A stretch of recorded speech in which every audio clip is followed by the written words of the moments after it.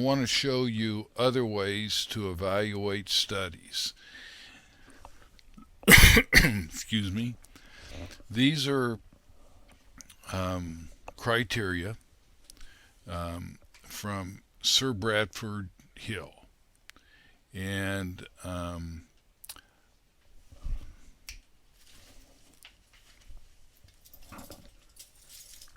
stop.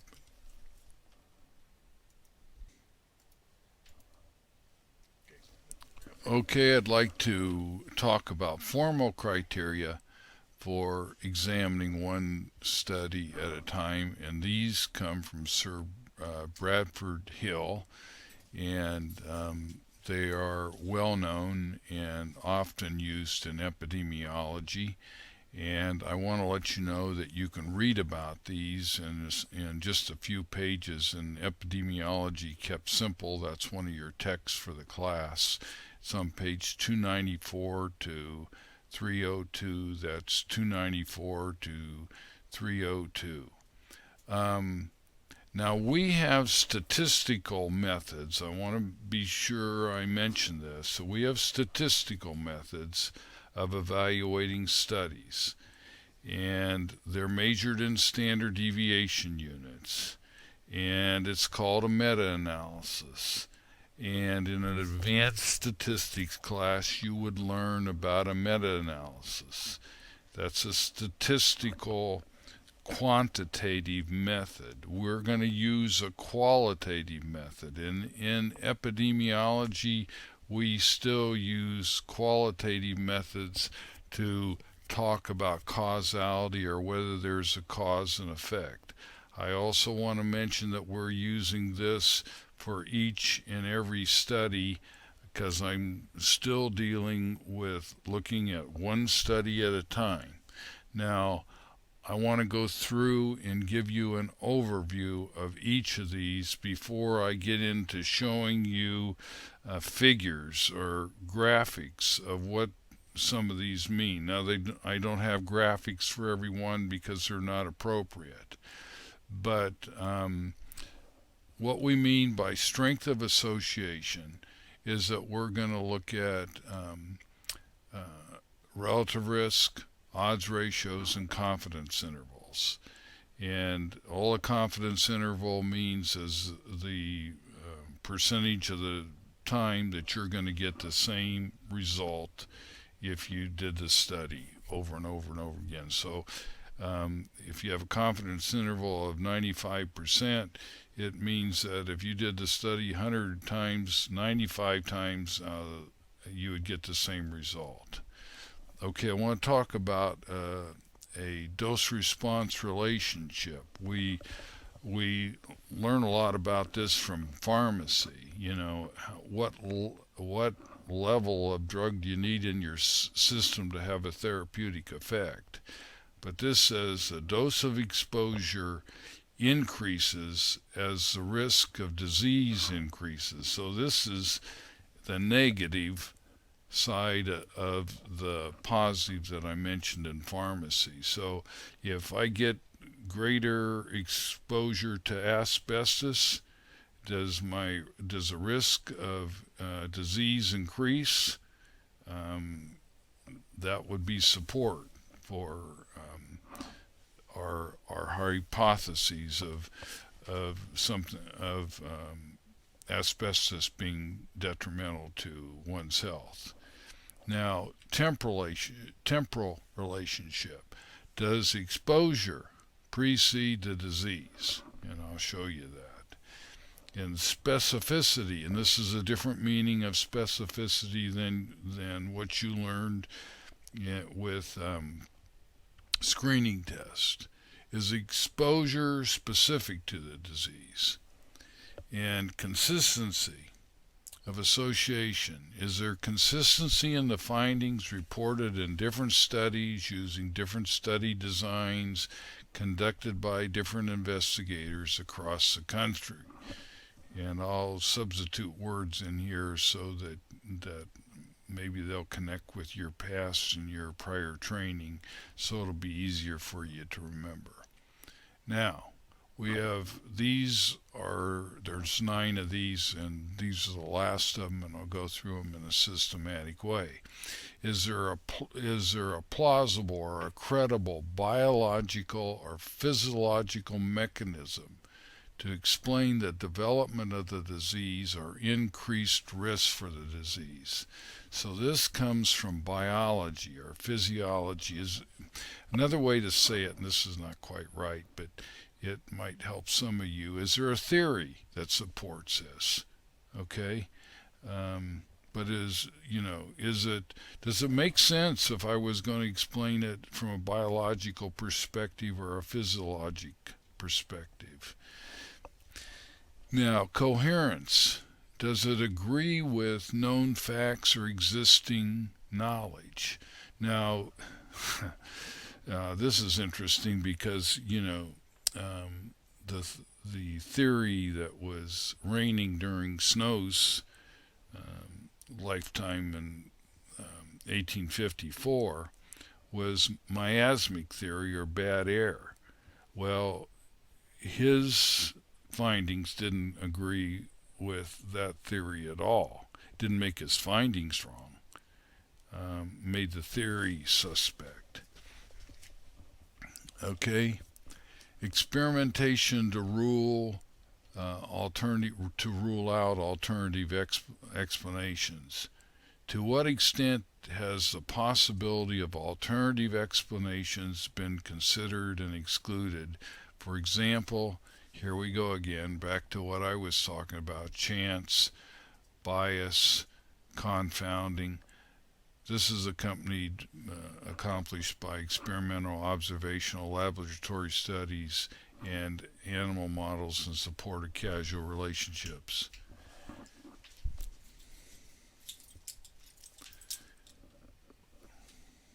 Yeah, stop it. Gotta stop it.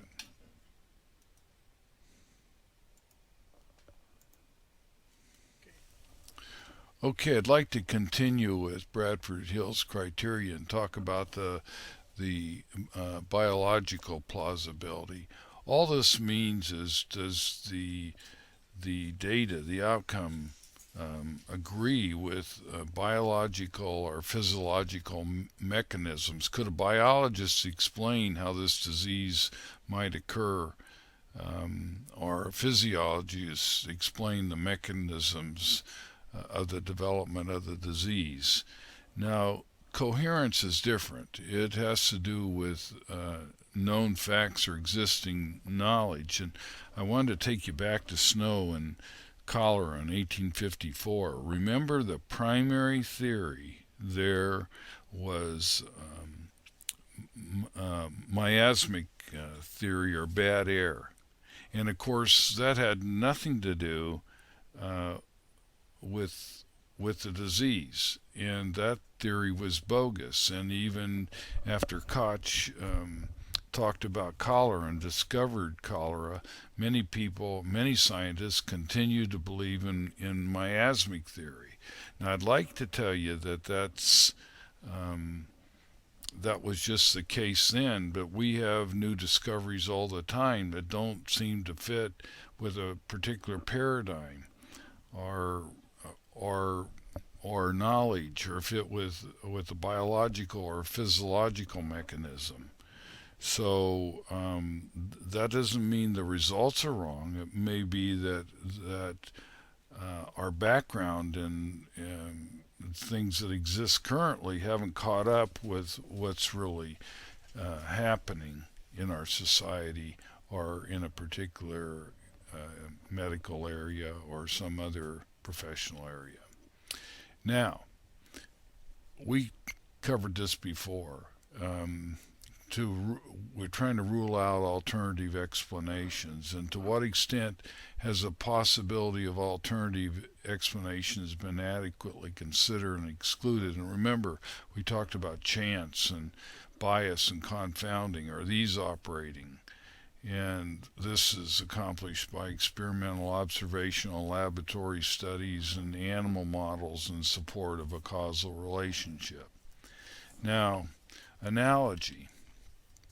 Does an analogy about something offer insight in the connection among unknown variables and help to support a causal relationship. So those are generally the methods in epidemiology that we use to evaluate a particular study. And I'm going to go through these one at a time, and I want to talk about them and show you figures if they're applicable. Okay. Now, this is to put it into context. By examining a single study at a time according to Bradford Hill's criteria, the reviewer ultimately comes up with 3 stacks of studies. And I mentioned this before. Studies that support causality, studies that do not support causality, and poorly designed studies in which results are inconclusive. If the stack is higher for causality than non-causality studies, the evidence favors causality, depending on the difference in the number of studies for or against. So again, if you get a higher stack that support causality than those that do not, then you rule in favor of causality. Next, we talked about the strength of association. And all this means is it's either relative risk or an odds ratio. And we say the stronger the association between the cause and effect relationship, the greater the probability a causal relationship exists. And I show you the criteria below. So if you have a study that is under 2, you get an odds ratio or relative risk under 2. That's not very supportive for a causal relationship. If you're getting a relative risk or odds ratios between 6 and 10, you got a lot more confidence that there's a causal impact, because those are very high values. Now, the next one I want to talk to you about. So, now, before I go on, I want to mention that if you get a relative risk or odds ratio of 2, usually you can think about that in probability terms. So if you were going to get a p-value, probability value for a study, usually with a 2, it'd be a probability of about 10 zeros and then a number or 1. So it would, just figure p point 0.00000001, and that would be what would be equivalent to a 2. So you can see that a 6 to a 10 is a very significant result from a point of examining it in relationship to probability. Consistency of association. Okay. Now, really what I'm going to talk about here is reliability. If I've got let me just go through this with you because I know most of these slides by heart and I take shortcuts, and that doesn't do you any good, and it may confuse you. So when we talk about consistency, what we're looking for is a finding that happens over and over and over again. And a finding that happens over and over and over again is called reliability. So consistency equals reliability. But we mean in this case also that we have a different research team, different settings, and different circumstances, and in every case we find the same kind of conclusions supporting causality. Now, the larger the percentage of studies that demonstrate a relationship, the stronger the evidence. Let me give you an example. For example, we have 31 studies that favor causality out of 35, or 89% of the studies, found an association. There have been about 35 studies conducted since 1962, and higher titers of measles antibodies were found in multiple sclerosis patients in all but 4 of them. So this criterion would lend support to a causal hypothesis involving exposure to measles. Okay? Now, 89 demonstrated consistency, only 11 did not. Okay? So again, what we're finding is it's consistent. So this would lend, anytime we have consistency, this lends support to the causal hypothesis, and in this case, measles, being exposed to the measles resulted in multiple sclerosis. Okay, specificity of association. I'm going to show you, this term has a couple of meanings. I'm going to show you one meaning first. And ideally, what we would expect with any disease is you'd have one determinant and one outcome. But that doesn't always happen that way. Now notice, for example, that obesity increases the risk of stroke, diabetes, and coronary heart disease, and the 3 together impact heart attack. However, all these conditions may arise from other causes. So we have to be careful, but what we hope in explaining any disease, that it has one cause. That makes it easier to treat. And I want to show you another example of this, because people say, well, why don't we make progress with a given area? And why don't we just have a univariate explanation? We have one cause, we have one outcome. Let me show you the simplified web of causation applied to cardiovascular disease. Look at all the various factors that have influence on cardiovascular disease. So, when we have multiple risk factors, this is what we talk about, multiple risk factors, it makes it much more difficult to explain a causal relationship where one determinant explains one outcome, because we have a whole lot of factors having an impact on cardiovascular disease. So all of these factors seemingly have that impact. We're a little less uncertain about stress and whether people are obese because of stress. Recent research shows that that's the case. Stress does plays a role in the erosion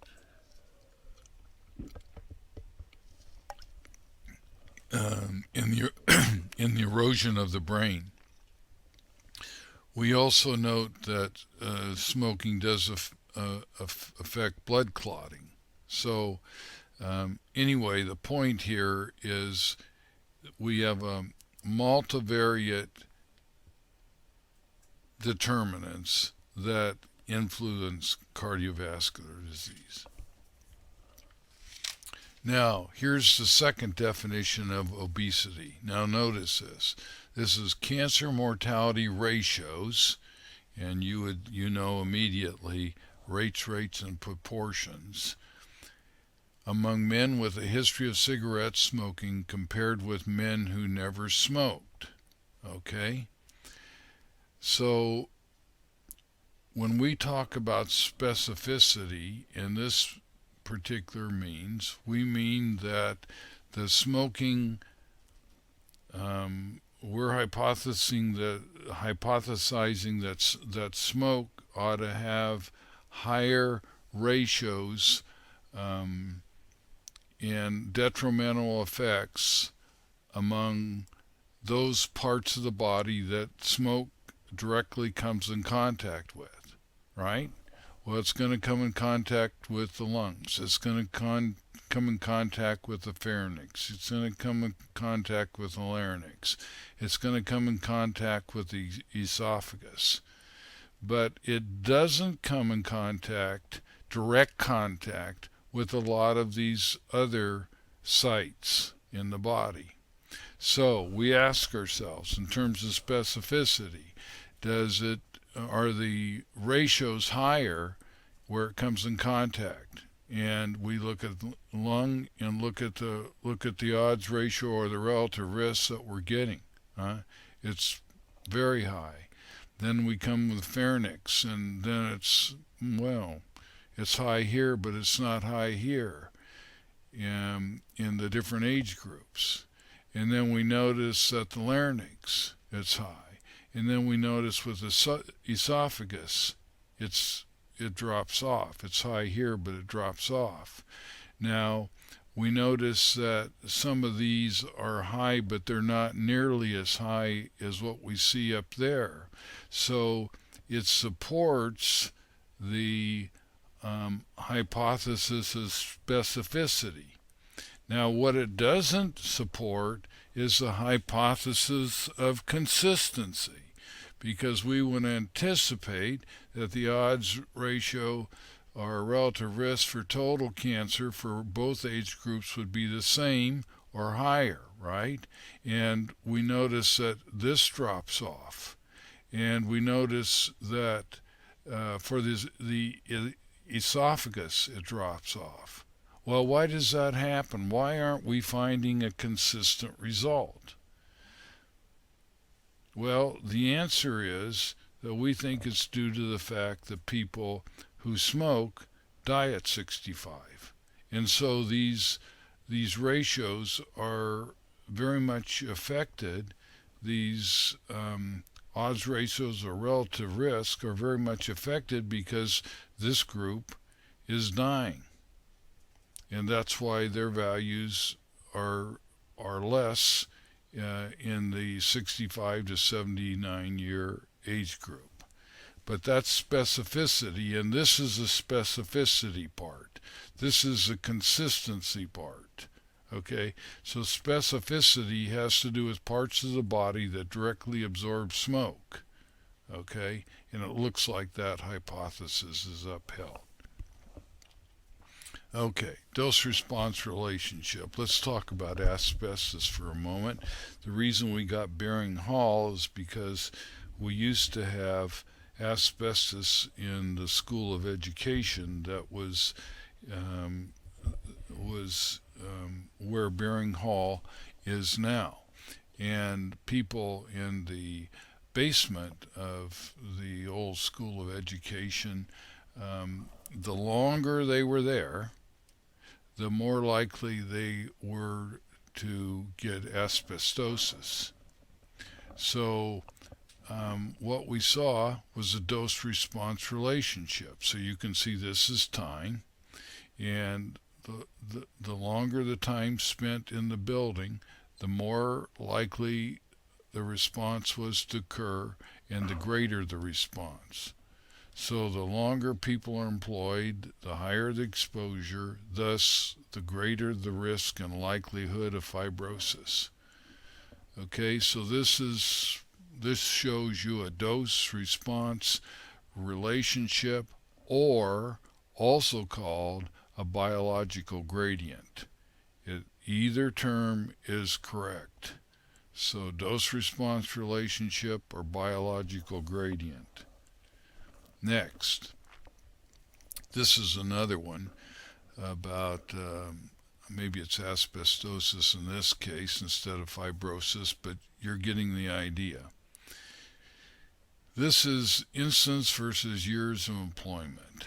Now notice, if more of the exposure leads to more of the disease, this is a dose-response relationship or biological gradient. The case for a dose-response relationship and causality is strengthened. Newhouse cited data gathered by Meriwether and Prince that showed the relationship between the duration of employment in the asbestos industry and the incidence of fibrosis. Okay? So I had a relative that was an engineer, and there was engineer for the railroad, and there was asbestos. The engines were asbestos lined, and he would feed that engine with coal. And what occurred is that his dutiful wife would shake out his bib overhauls and then wash them. And when she shook them out, asbestos was released into the air before she threw the clothing into the washer. They both died early from asbestos. Biological plausibility. If it makes sense from the perspective of biology and physiology, there is a greater plausibility of a causal relationship. Okay?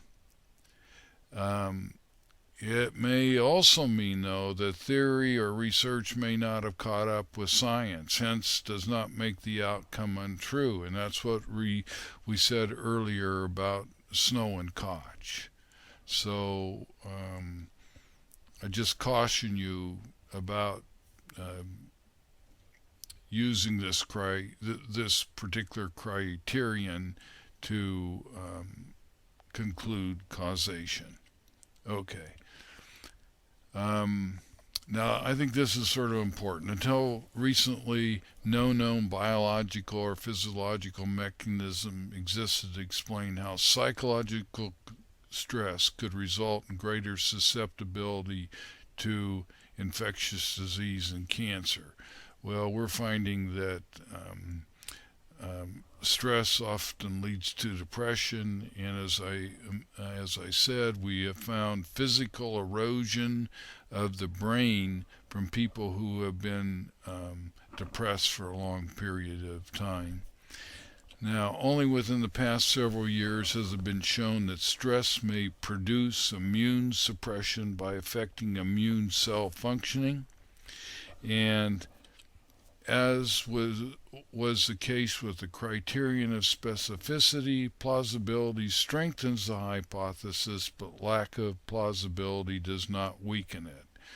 So, biological plausibility is important, but yet again, science may not have caught up with where we are in a particular field, and we don't have the mechanisms to explain the problem, even though the problem does exist. Okay, coherence, knowledge or factual basis. When discussing plausibility, we note the absence of a plausible theoretical or scientific explanation does not necessarily indicate the phenomena found is untrue. Rather, it may reflect our ignorance. The data may be ahead of its time. Okay, on the other hand, the postulated causal relationship should not conflict, and there's a real statement, should not conflict with existing knowledge or facts about the disease or the data. Okay, coherence. Coherence has to do with whether the phenomenon makes logical sense or conflicts with knowledge. Although coherence does not have to correspond to current theories or scientific outcome, it should make empirical sense. Next, do the findings about the relationship in exposure and disease agree with known facts or existing knowledge? It would be nice. And this is the one I think that often occurs, and this quote has always meant a lot to me. And when I think back about AIDS, when it first came on the horizon, we had hundreds of hundreds of hypotheses about it. And I think this quote is wonderful. It says a number of different hypotheses used to explain a given biological phenomena is inversely proportional to the availability of knowledge. So the less we know, the greater the number of hypotheses about whether what is responsible for the cause and effect relationship.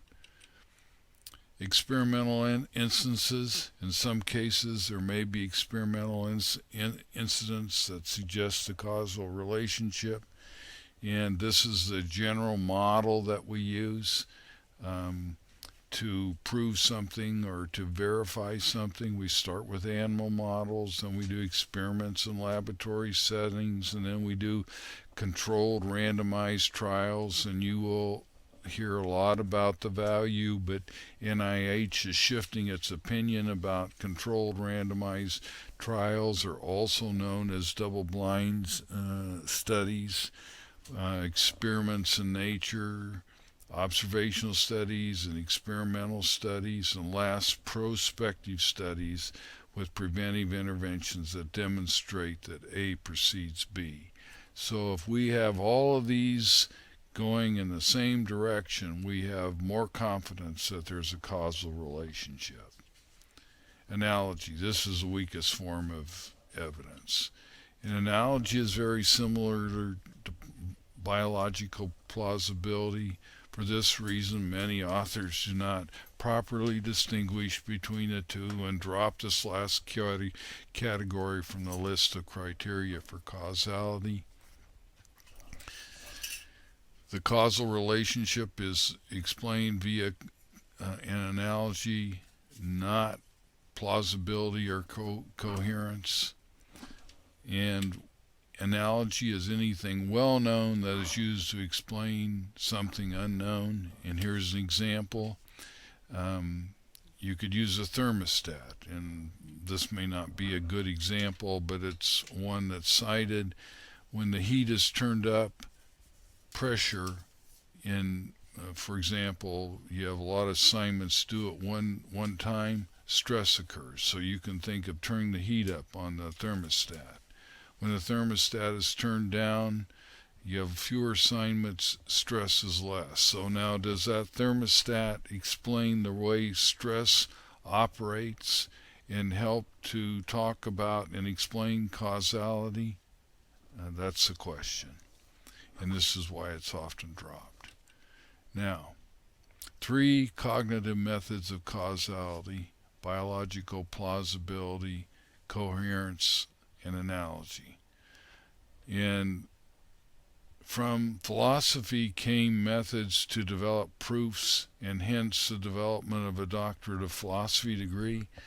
I always tell people that before we had a computer, we had to have a means to determine or ascertain whether something was causal, and we did it by thinking processes, and we used cognitive methods, and these are all cognitive methods of deciding on causality, and we rely on those to help make the judgment of causality.